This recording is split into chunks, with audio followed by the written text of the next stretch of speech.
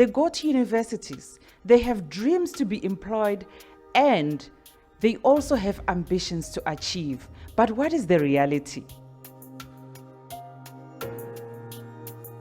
It is that jubilant and congratulatory season of the year when we observe a lot of excitement from students who have become graduates, a proud moment for parents who get to witness their children get a step closer to being employed.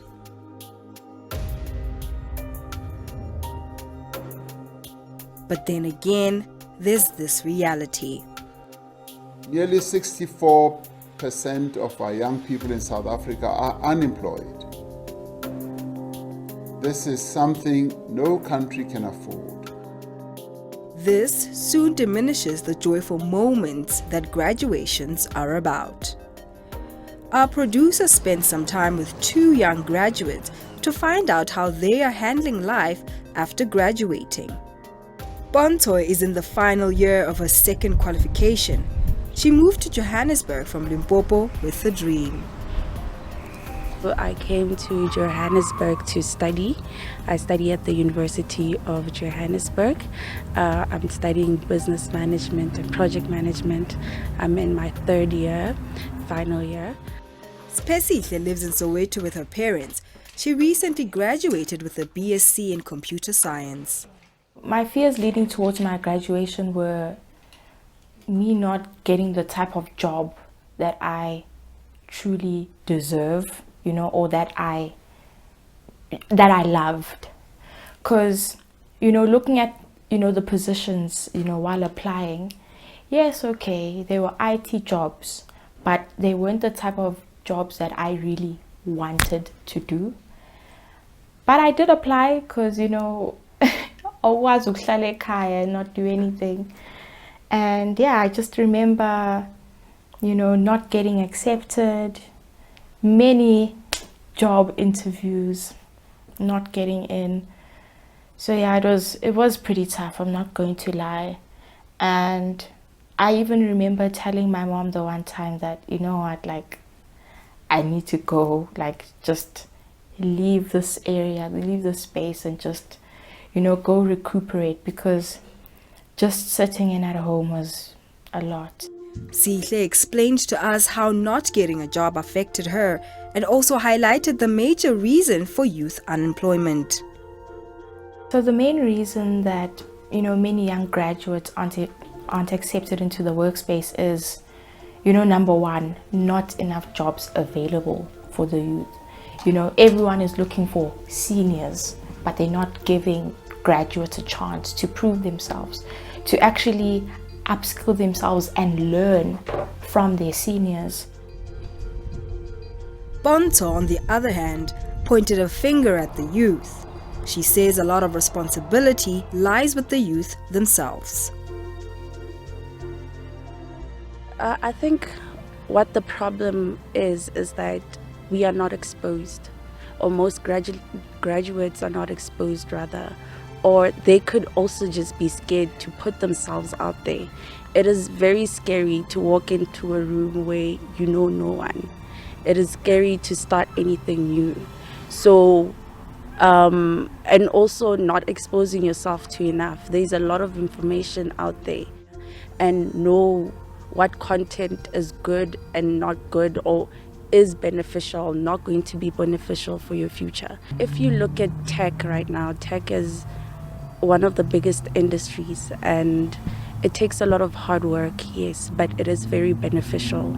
So as we're looking at the future of employment in terms of the fourth industrial revolution even, it is good for you to insert yourself where that evolution is happening, which is in tech. The job market is changing as fast as the technology. In the meantime, what can young people do to catch up? During the State of the Nation address, the president had this to say. This year, the National Skills Fund will provide 800 million rand to develop skills in the digital and technology sector through an innovative model that links payment for training to employment outcomes. We reiterate our call to companies. We reiterate our call also to government departments and to state-owned enterprises to remove the requirement for work experience for young people seeking entry-level positions. Now, it is often said that you must have experience, even when you are a first-time job seeker. Where will you get the experience when you have not been given an opportunity to work? And that is why we say remove that requirement. Even with their degrees, Bonso and Sihle decided to do something other than holding on to their qualifications and waiting for a particular job. Being on Instagram, scrolling through my phone, and I saw this course. I was like, okay, ALX course, cloud developer. All right, let me just give it a try, check it out, see what it's all about. And I applied, not expecting, anyone to get back to me, because they received applications from all over Africa. And yeah, I just remember getting an email stating that I've just been accepted into the program. And yeah, the ALX Africa really did change my life and just, my career. In their quest to upskilling themselves, these two youngsters met through ALX, an organization that seeks to eradicate youth unemployment in Africa. I joined ALX because I wanted to try something new. I wanted to advance my skills. I know how important skills are in the economy that we live in South Africa, in terms of your soft skills as a person and those helping you to become more employable. So that's why it really motivated me to apply for one of their programs here. We asked ALX South Africa's manager to let us in on what the organization does. ALX is a youth skills training and development company. We are a sister company to the African Leadership Group, and really the ALX arm of the organization is the arm that is on a mission to not only train, but to actually place 2 million young Africans in dignified employment by year 2030. But particularly for South Africa, the organization has really been growing in leaps and bounds over the 2 years. So basically what happens is our graduates that finish our programs then get onboarded or welcomed into the room, which is our placement arm, where we say if you've graduated with one of our programs, it's not enough for you to say, here we're training you, but we also want to try and place you and put you in front of potential employers, because we believe in your skills, because we know that you've successfully completed one of our programs. So it's quite exciting times for the organization in South Africa. Young people are taking the step to go to school and graduate, but then they sit at home because of issues around unemployment and not having enough employment opportunities out there. So we then thought that this is a big problem that needs somebody to be on the forefront of trying to solve it.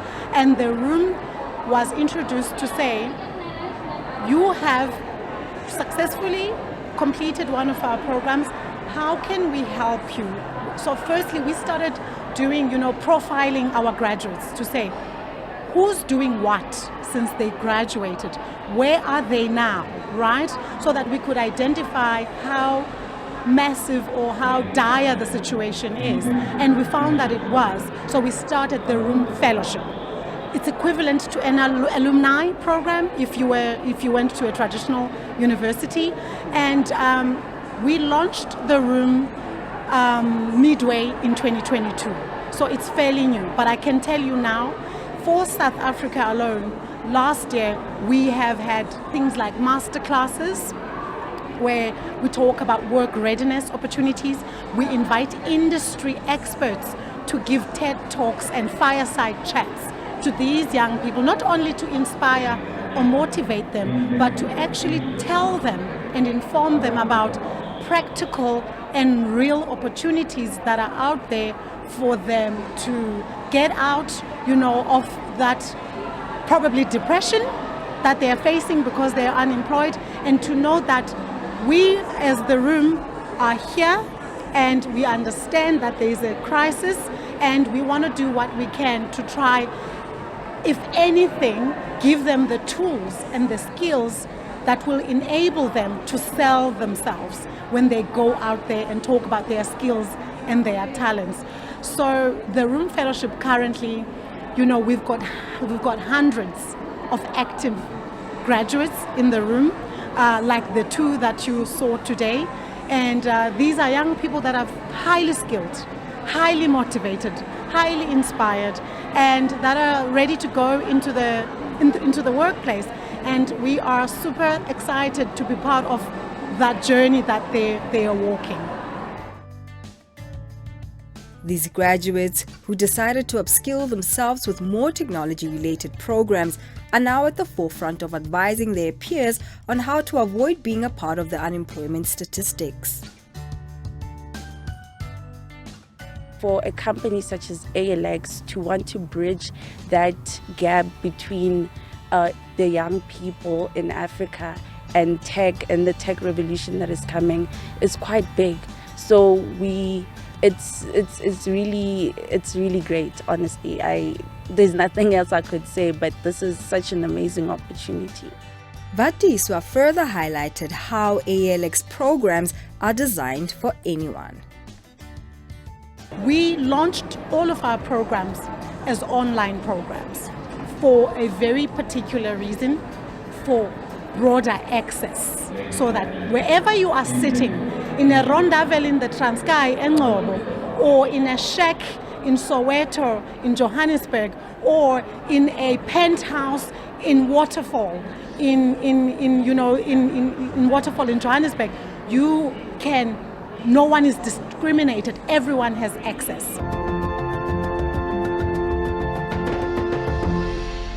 The power lies with industry players and those who run the economy. Do they have the appetite to give a young person a chance to prove themselves? One of the things ALX does is to expose graduates to gatherings that give them a platform to network with potential investors and recruiters. This whole morning, I was just thinking about everything that had happened last night. For me I've never imagined that I would one day be part of such a huge event, being on Forbes. Forbes knows my name somehow in their admin. And I'm the first ever in my family to attend an event like that. I got the opportunity to network with many influential women, from all kinds of industries and spaces. And I'm just very honored to have been, given that opportunity by ALX, the room, to just attend that summit. One of the most painful aftermath of unemployment is mental illness amongst young people. Bonto and Spesihle know too well how deep this is. Mental health is really a big issue. I've seen friends and people that I know that struggle with mental health issues. I would say, really, do not be scared to ask the right questions. If you see somebody that's doing something that you might want to go into, ask questions. I mean, most of the times we rob ourselves from opportunities because we're too scared to ask. We're too scared of how we want to be perceived. Sometimes look stupid, asking stupid questions if that is the case. Ask these questions, you will get an answer. You will get an answer. The most somebody could say is refer you to some website, and maybe that website would be that one click would be something that changes your life. Do something, talk to someone. Don't just lock yourself in your room and not share anything with anyone. that is the only reason why I was able to do that, was because I was audacious enough. I put my, oh, what will people say aside, and really went for things that I thought I would never do. I did the hard things, which is one of the mottos of ALX. Do the hard things, speak to these people, and you never know where you would end up. I know the future for me, I believe, is really bright. I see myself really far, and being on Forbes is just the beginning of it. And I'm just saying that everybody should be like that. You should want to get out of your comfort zone. Our producer spent some time with Samson Vilakazi, who has over 20 years' experience in the HR and recruitment space, both locally and internationally. You've now qualified, you have this LLB. What's next? What is it that when I have a piece of document I'm supposed to be selling? When you are selling yourself, when you are coming straight out of university, it's not experience, but it is potential. It is attitude, it is aptitude, and your resilience. Once you have aced the interview, what's next? What does the workplace require of you? Now we have digitization that has taken place. COVID has really fast-tracked how that, if you like, find its expression within the workplace. It simply means now you are not only competing with people within South Africa, you are competing with people globally.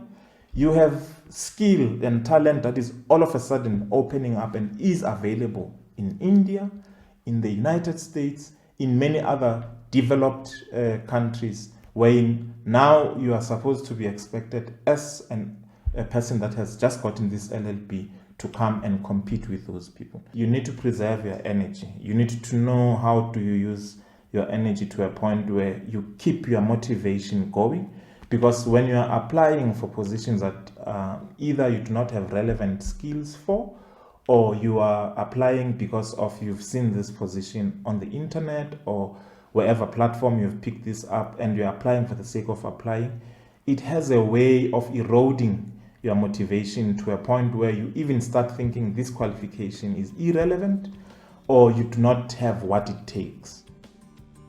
As we wrapped up this episode, we asked, whose fight is it anyway?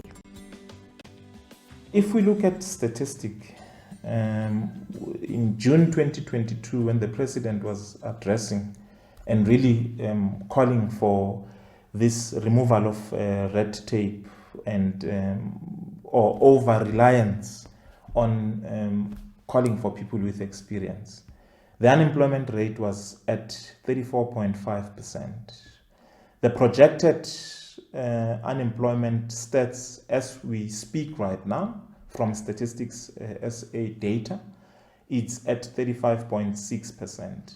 This is a shift, an increase of 1.1% of unemployment, in that statistics. And if you look at Q4, right now we've just finished Q1 of 2023. That's really not inspiring confidence. The public sector or government cannot do it alone. It needs to be a private and public sector participation coming together, partnering, so that we can bridge, the gender divide when it comes to young people having access to technology, so that they can accelerate their careers, they can create, they can innovate and participate in the economy. You need to make sure that the regulations are supportive of businesses being able to be given space to run programs like that. SETAs are being given an opportunity to disband discretionary grants, mandatory grants that helps with skills development initiatives. At the end of the day, young people do deserve a chance in the economy. Thank you for watching Stories Untold.